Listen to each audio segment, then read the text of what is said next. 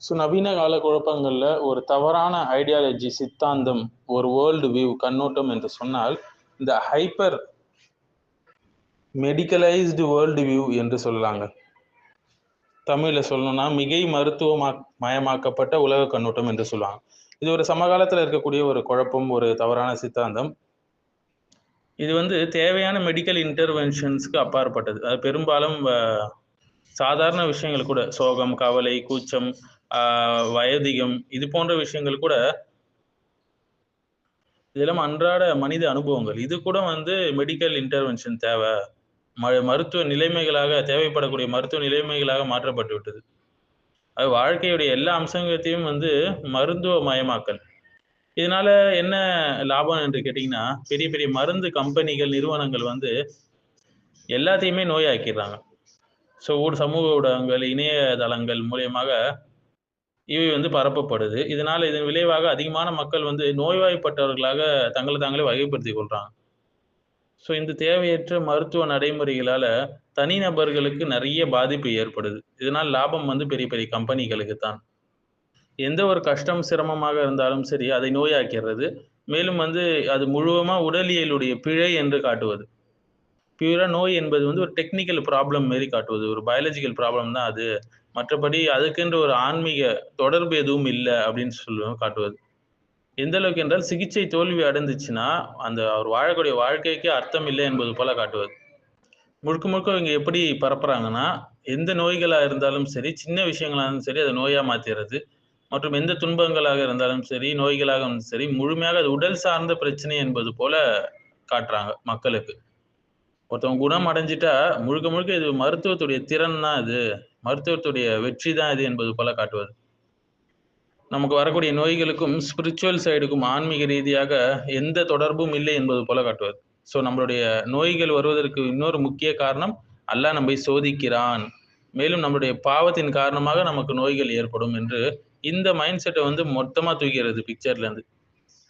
So அல் குரான்ல வரக்கூடிய அய்யூப் நபி அவர்களுடைய வரலாறு இதற்கு ஒரு அழகான மறுப்பு தருது என்று சொல்லலாங்க. அய்யூப் அலைஹிஸ்ஸலாம் நோய்வாய்ப்பட்டாங்க. அல்லாஹ் இதை ஒரு சோதனையாக அவங்களுக்கு ஆக்கினான்.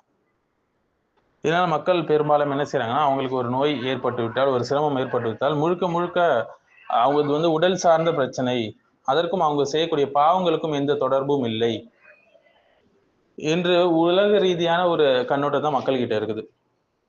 ஸோ பல வருடங்கள் நோயிலிருந்து நிவாரணம் பெறாமல் இருந்தாலும் அய்யூப் அலைஹிஸ்ஸலாம் என்ன செஞ்சாங்க, அல்லாஹ்வின் மீது முழு தவக்குல் வைத்தாங்க. அல்லாஹ்வை பாராட்டக்கூடியவங்களாக இருந்தாங்க. நியாமல் அப்தாக இருந்தார்கள். நோயோடு அவங்க இருந்த காலகட்டத்திலே அவங்க சிறந்த ஒரு அல்லாஹ்வுடைய அடியான் என்று அல்லாஹ் சுப்ஹானஹு வ தஆலா புகழ்கிறான். இன்னைக்கு நம்மள புகழ முடியுமா? ஒரு சின்ன நோய் வந்துட்டாலே உடனே அல்லாஹ்வை குறை சொல்லக்கூடியவர்களாக இருக்கிறோம். நவுது பில்லா. ஸோ நோய்க்கு நிவாரணம் என்பது ரஹ்மத் என்று அல்லாஹ் சொல்றான். அல்லாஹ்வுடைய கருணை, அல்லாஹ்வுடைய அருட்கொடையிலிருந்து வரக்கூடிய விஷயம். ஆனா நவீன மருத்துவம் இப்ப இருக்கக்கூடிய கண்ணோட்டம் என்னன்னா, இந்த நிவாரணம் என்பது முழுக்க முழுக்க மருத்துவத்துடைய சாதனை. அது அதற்கும் கடவுளுக்கும் எந்த ஒரு தொடர்பும் இல்லை என்று என்ன செய்யறாங்க, இந்த கண்ணோட்டத்தை பரப்புகிறார்கள்.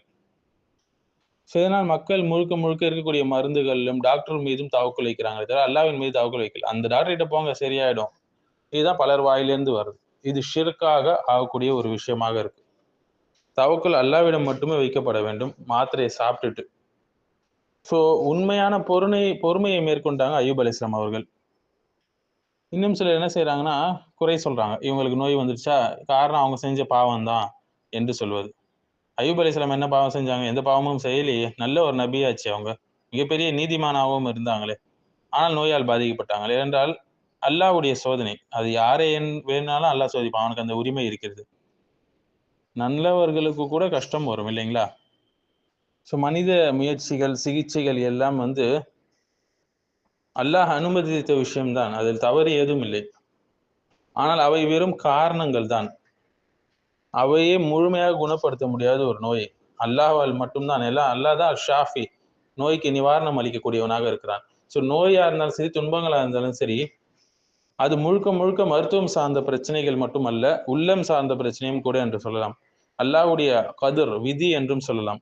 ஸோ நம்ம பொறுமையாக இருந்து மேலும் அல்லாஹ்விடம் திரும்புவது, இனாபா என்று சொல்லுவாங்க. இது எல்லாம் இபாதத்து மற்றும் அல்லாஹ்வின் மீது தவக்குல் வைப்பது, இவைகள் தான் வந்து அல்லாவிடமிருந்து நமக்கு நோய் நிவாரணத்தை பெற்றுத்தரும் என்பதை நம்ம முதல்ல புரிஞ்சுக்கொள்ளணும். ஸோ இந்த நோய்களின் மூலியமாக அல்லாஹ் சுப்ஹானஹு வ தஆலா நமக்கு பல நன்மைகளை தருகிறான் என்று சொல்லலாம். அவர் வந்து ஒரு சபுராலியாக இருக்கிறார், அந்த கூலி கிடைக்கும். நல்ல ஒரு ஆபிதாக அய்யூப் அலைஹிஸ்ஸலாம் போல இருந்தார் என்றால் நல்ல ஒரு இபாதத்சாலி என்று அல்லாஹ்வினால் எழுதப்படுவார். மேலும் அவருடைய பாவங்கள் அதனால் அழிக்கப்படும் ஒரு சோதனையால. ஓசிடி என்று சொல்லுவாங்க. நவீன காலத்துல இருக்கக்கூடிய ஒரு நோய் எல்லார்கிட்டயுமே இருக்கு. 10ல ஒரு 5 பேர்கிட்ட இருக்கு. அப்சசிவ் கம்பல்சிவ் டிஸார்டர் என்று. இதை வந்து அஸ்வாஸ் கஹரி என்று சொல்லுவாங்க. பெரும்பாலும் இதற்கு காரணம் வந்து உடல் குறைபாடுகளை விட ஷைத்தானுடைய தொடர்ச்சியான வஸ்வாஸ் என்று சொல்லலாம். உது செஞ்சிருப்பாங்க, மறுபடியும் போய் உது செஞ்சுட்டே இருப்பாங்க. கதவை பூட்டியிருப்பாங்க வீட்டுல, ஒரு 10 தடவை போய் பூட்டிருக்கான்னு பார்ப்பாங்க. ஸோ வந்து பெரும்பாலும் இது ஷைத்தானால் ஏற்படக்கூடிய விஷயங்கள். ஆனால் இதையெல்லாம் வந்து மக்கள் கண்டுகொள்ளாமல் முழுக்க முழுக்க வந்து உடல்ல அந்த குறைபாடு, இந்த குறைபாடு என்று உலக கண்ணோட்டத்தில் மட்டும் ஒரு நோயை பார்க்கிறாங்க, அணுகுறாங்க. அதனால அவர்களுக்கு சிறந்த ஒரு நிவாரணம் உடனே கிடைக்க மாட்டுது. ஸோ நோய்களை பற்றி சரியான இஸ்லாமிய கண்ணோட்டம் நம்ம என்ன வைக்கணும்னு பார்த்தீங்கன்னா சகோதரர்களே, அது ஒரு இப்திலா, அது ஒரு சோதனை, தண்டனை அல்ல. இந்த மைண்ட் செட்டை நம்ம ஃபர்ஸ்ட் மாற்றணும். சில பேருக்கு அது தண்டனையாக இருக்கும். அவங்க செய்ய பெரும்பாலான நேரம் அது ஒரு பரீட்சையாகவே இருக்கும்.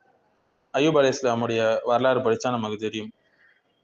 ஸோ நவீன கால இந்த கலாச்சாரம் என்ன சொல்றது, நோய் வந்து உடனே அதை வந்து உடல்ல சரி செய்ய வேண்டிய உடல் ரீதியான பிரச்சனை மட்டும் என்று இப்ப நவீன காலம் சொல்லுது. மேலும் இஸ்லாம் என்ன சொல்லுது பாத்தீங்கன்னா, கஷ்டம் வந்து தற்காலிகம் தான். அல்லாஹ் உடனே அதுக்கான நிவாரணத்தை, தீர்வை கொடுப்பான். அவர் சபுரோடு இருந்தால், அல்லாஹ்வுடைய இக்லாஸோடு துவா செய்து கொண்டிருந்தால், தேவையான காரணங்களை எடுத்து கொண்டிருந்தால், அல்லாஹ் சுப்ஹானஹு வ தஆலா அவருடைய தரஜாத்தை உயர்த்தக்கூடியவனாக இருக்கிறான். அவருடைய பல பாவங்களை அழிக்கக்கூடியவனாக இருக்கிறான்.